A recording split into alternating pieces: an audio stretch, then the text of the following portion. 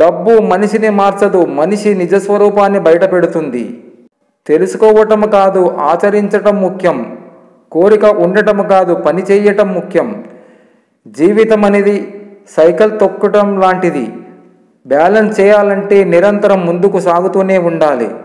ఇప్పటి కాలంలో ఒక మనిషి మరో మనిషితో మాట్లాడడానికి రెండే కారణాలు: అవసరం, టైంపాస్. అన్ని పక్షులు వర్షం పడేటప్పుడు ఏదో ఒక ఆశ్రయాన్ని చూసుకుంటాయి. కానీ గద్ద మాత్రం మేఘాలపైన ఎగురుతూ వర్షం నుండి తప్పించుకుంటుంది. మీరు కూడా గద్దలా ఉండండి. అందరి గురించి ఆలోచించే వాళ్ళే ఎక్కువగా బాధపడతారు. ఎవరు ఎలా పోతే మనకెందుకులే అనుకునేవారు హుందాగా దర్జాగా ఉంటారు. చనిపోయిన తర్వాత కూడా మేక, గొర్రె, కోడి వంటి జంతువులు వేల రూపాయల విలువ చేస్తాయి. కానీ మనిషి చస్తే ₹1 కూడా విలువ చేయడు. అందుకే బ్రతికి ఉన్నప్పుడే 10 మందికి ఉపయోగపడే మంచి పనిని చేయాలి. అప్రయత్నంగా సాధించే గెలుపు కంటే మన ప్రయత్నంలో సాధించే గెలుపు ఎంతో సంతోషాన్నిస్తుంది. నిన్ను కన్నవారిని ఒంటరి చేసి నువ్వు కన్నవారితో సంతోషంగా ఉన్నావు. కానీ రేపటి నీ స్థానం అదే అని మర్చిపోతున్నావు మిత్రమా. మనకు నచ్చిన వారి వల్ల మనకు ఎప్పుడు ఆనందమే కాదు, దుఃఖం, బాధ కూడా కలుగుతాయి. అన్నింటినీ భరించగలిగితేనే ఆ బంధం శాశ్వతంగా మనతో ఉంటుంది.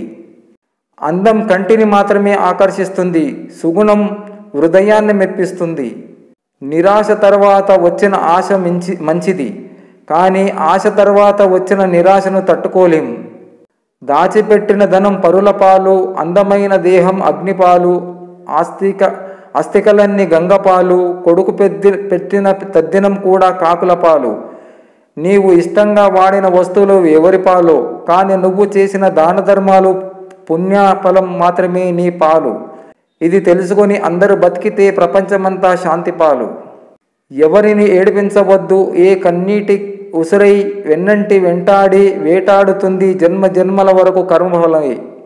కొన్నిసార్లు వాదించి బాధపడడం కన్నా తప్పు నాదే అని మౌనంగా ఉండడమే చాలా మంచిది. అదేంటో, నచ్చితే పెద్ద తప్పు కూడా చిన్నదే, నచ్చకపోతే చిన్న తప్పు కూడా పెద్దదే. వెనక్కి వెళ్ళి మన గతాన్ని మార్చుకోలేకపోవచ్చు, కానీ ముందుకు వెళ్ళి మన భవిష్యత్తుని మార్చుకోవచ్చు. ఒంటరిగా అయిన బ్రతుకుతాను, కానీ నన్ను భారం అనుకునే బంధాలతో బలవంతంగా జీవించను. అందరి పట్ల విధేయత కనబరచండి, కానీ మీ నమ్మకాలకు భిన్నంగా ప్రవర్తించకండి. నా జీవితంలో నేను బాధపడటానికి కారణం కేవలం నేను మాత్రమే. ఎందుకంటే నా చుట్టూ ఉన్న బంధాలను నావి అనుకోవడం, వాళ్ళు నా వాళ్ళు అని నేను అనుకుంటే సరిపోదు కదా.